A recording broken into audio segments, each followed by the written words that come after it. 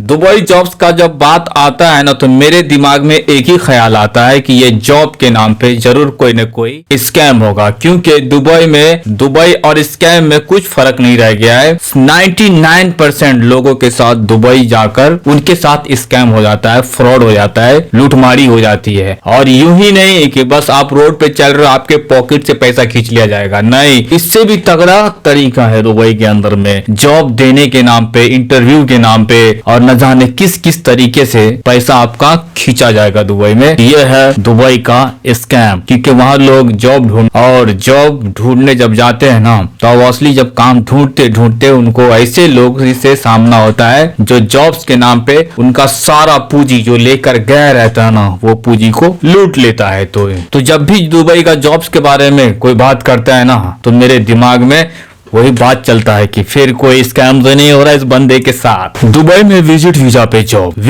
पे job search करना, और लोग जॉब सर्च भी नहीं करते। किसी के पास हुनर है ना, कोई भी किसी भी लाइन का हुनर है और उसका कोई बंदा उधर मिल जाता है कि हाँ तुम्हारे लाइन का काम है आ जाओ यहाँ, तो लोग जाते हैं विजिट वीजा पे। और विजिट वीजा पे जाने के बाद कोई कंपनी तो रहती नहीं है, क्योंकि वहाँ घरों के अंदर रूम के अंदर में चल रहा होता है बहुत बड़ा कारोबार, छोटा छोटा कारोबार में बहुत बड़ा कारोबार हो रहा होता है। और वो लोग विजिट वीजा पर ही दुनिया भर के लोगों को बुलाते हैं। मतलब पाकिस्तान और इंडिया, बांग्लादेश वाले ज्यादातर विजिट वीजा पे लोगों को खींचते हैं और विजिट वीजा पे ही उनसे काम कराते हैं। और लोग खुशी खुशी विजिट वीजा पे काम भी करते हैं, क्योंकि जहाँ काम करते हैं ना उनके पास तो खुद की लाइसेंस होती नहीं है, क्योंकि वो खुद चोरी से काम करा रहा होता है, तो इसे एम्प्लॉय वीजा दे ही नहीं सकता है। तो उसे मजबूरी होती है विजिट वीजा पे काम करना। और मजबूरी कैसा, ये नहीं कि वीजा का पैसा वो ऑनर ही देगा जो आपसे काम करवा रहा, नहीं, वीजा आपको खुद ही लगाना है। 2-2 महीने पे वीजा को एक्सटेंड करना होता है। और 2 महीने के बाद जब होता है ना बहुत बड़ा फ्रॉड, और वो कौन सा फ्रॉड होता है 2 महीने के बाद, जो ट्रैवल एजेंट होते हैं ना जो वीजा एक्सटेंड करते हैं, ये चीजों को हम सबसे ज्यादा देखते हैं ना दुबई में, देरा दुबई में, बड़ दुबई में भी है, लेकिन सबसे ज्यादा केसेस देखने को मिलता है देरा दुबई में। नाइफ बस्ती, Nikhil centre, union metro station के साइड में, इधर के साइड में जो ट्रैवल वाले है ना,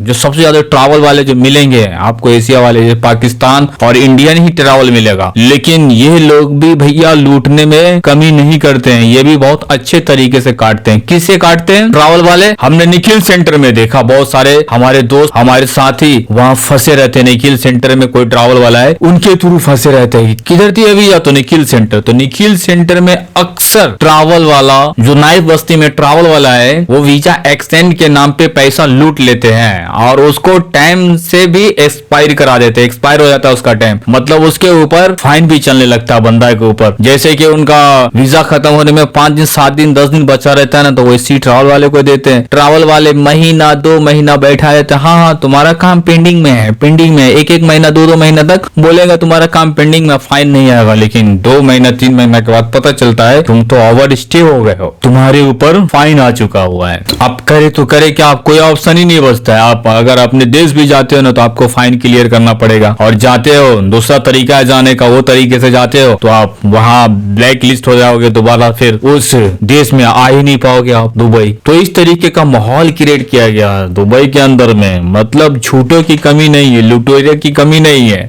और हाँ दोस्तों, बात यहाँ खत्म हो जाती तो ठीक थी, लेकिन घरों के अंदर में लोग विजिट वीजा पे गैर कानूनी काम कर रहे होते हैं, क्योंकि वहाँ विजिट वीजा पे काम कर रहे तो ये तो गैर कानूनी है, वहाँ के कानून से मजाक है। और वहाँ की कानून थोड़ा छूट दी रहती है, वहाँ के लोगों को परेशान नहीं करती है, तो कानून से मजाक विजिट वीजा पे काम करते। और रूमों के अंदर में जो काम करा रहे होते हैं ना वो भी गैर कानूनी काम करा रहे होते हैं। और जो रूम को रेंट पे देते हैं ना वर्कर्स लोग को, काम करने वाले को, कि इसके अंदर तुम अपना काम स्टार्ट कर सकते हो, वो भी इलीगल है, वो भी कानून के साथ मजाक करते। तो इतना सारा झोल होता है दुबई में, कोई बोलने वाला नहीं। लेकिन हाँ, विजिट वीजा पे जॉब करने वाले को दिक्कत क्या होगा, बात तो असल ये है, दिक्कत क्या होगा उनको, तो उनको अगर विजिट वीजा पे काम करना है तो भाई देख लेना तुम्हारा सैलरी कितना, बजट कितना हो रहा है। लेकिन खर्चा भाई मैं बता दे रहा हूँ, थोड़ा खर्चा से आप हिंट ले लेना। विजिट वीजा पे काम कर रहे हो तो आपको महीने का खर्चा समझ लो कि 500 रुपया आपका रूम का भाड़ा जाने वाला है, और 500-550 रुपया आप विजिट वीजा का भी लेके चलो, क्योंकि 2 महीने में आपको एक्सटेंड करना है तो पर महीना 550 रुपए लेके चलते हैं, लमसम कम या ज्यादा थोड़ा हो सकता है, तो 550 रुपए लेके चलते हैं विजिट वीजा का। और आपका खाना का देख लो तो 350 रुपया आपका खाना का आएगा, सिर्फ और सिर्फ 2 टाइम खाने का 350 दिरहम आएगा। और यही बात खत्म हो जाती तो ठीक थी, बात तो और आगे बढ़ने वाली है ना।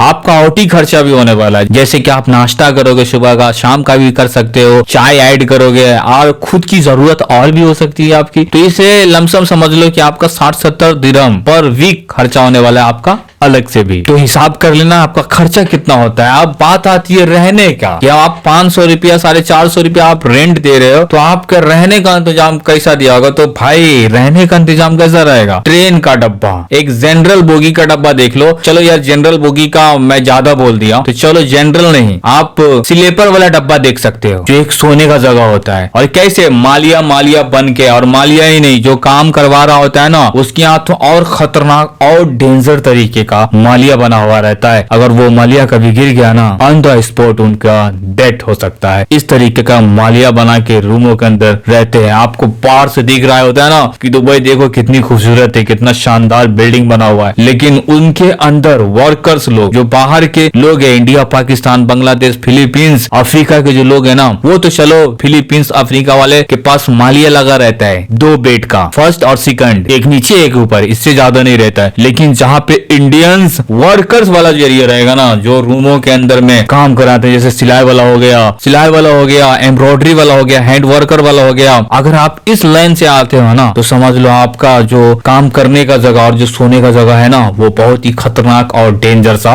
होने वाला है। ट्रेन के डब्बे से भी बदतर हालात में आप वहाँ सालों साल गुजारने वाले हो। इस पे कोई भी नहीं बोलने वाला है, कोई भी इस पे बहस नहीं कर सकता है, नहीं कोई पुलिस बुला सकता, नहीं पुलिस कुछ उखाड़ सकती है, क्योंकि सबको आजादी है वहाँ। जितना कष्ट में रह सकते हो ना रहो, जितनी भी गंदी बिल्डिंग है, जितनी भी पुरानी बिल्डिंग है ना, बिल्डिंग टूटे फूटे उसमें कितने लोग रह रहे हैं ना, इसके ऊपर कोई भी बात करने वाला दुबई में नहीं है, और नहीं कोई चेक इन करने वाला है। लोग बोलते हैं ना बल्दिया चेक करने को आते हैं, नहीं भैया, नहीं आती चेक करने को, फुल आजादी है। किसी को अगर बिजनेस करने का है ना, अपने मुल्क से 10,000 15,000 दिरहम या 20,000 दिरहम लेके दुबई पहुंचे, और वहां बहुत ही इजिली कोई भी रूम पकड़ ले, और उस रूम में खाटिया वाटिया लगा के उसको रेंट पे डालकर अच्छा खासा महीने का रिटर्न पा सकता है। कोई भी कुछ नहीं बोलने वाला है। पूरा दुबई, डेरा दुबई इलीगल से ही चलता है, रूम के अंदर कोई चेक इन नहीं आता है। जिसको रूम का बिजनेस करने का ना, वो बिंदास कर सकता है डेरा दुबई में। रूम के अंदर कोई भी चेक इन नहीं है, कोई भी बोलने वाला नहीं है, कोई भी ठोकने वाला नहीं है, कोई भी पुलिस नहीं आएगा, नहीं कोई बलदिया आएगा, नहीं कोई सरकार कुछ बोलने वाला है। तो बिंदास जाके वहाँ रूम पकड़ के अच्छा खासा बिजनेस डाल सकते हो, और लोगों को लूट सकते हो, या तो खुद अपनी लुटवा सकते हो। तो ये था सच दुबई का। और ये सिर्फ और सिर्फ देरा दुबई की बात नहीं मेरे दोस्त, बर Dubai, island, Abu Dhabi, Ajman, ये सब जगह जो इस 2-3 लाइन के जो वर्कर्स रहते हैं ना, इसी हाल में रहते हैं। जो 1-2 तस्वीर हम आपको दिखाए पहले भी, और यहाँ पे देखो इसी हाल में रहते हैं। तो ये सच है, करवा सच है। तो ये सब बर्दाश्त करने का क्षमता है ना, तो आप वहाँ दुबई जा सकते हैं। तो बस दोस्तों, अलाउद्दीन रजवी को दो इजाजत। और कैसा लगा ये रियल फैक्ट, हवा हवाई में नहीं, जो सच है वही हमने बताया है, कुछ भी झूठ नहीं है। तो कैसा लगा ये जानकारी, इसके बारे में अपना राय विचार नीचे दे सकते हैं, और कुछ पूछना चाहे ना तो वो भी कमेंट में पूछ सकते हो। बाकी आप लोग जहां भी हो, जिधर भी हो ना, हर हाल में रखना अपना ख्याल।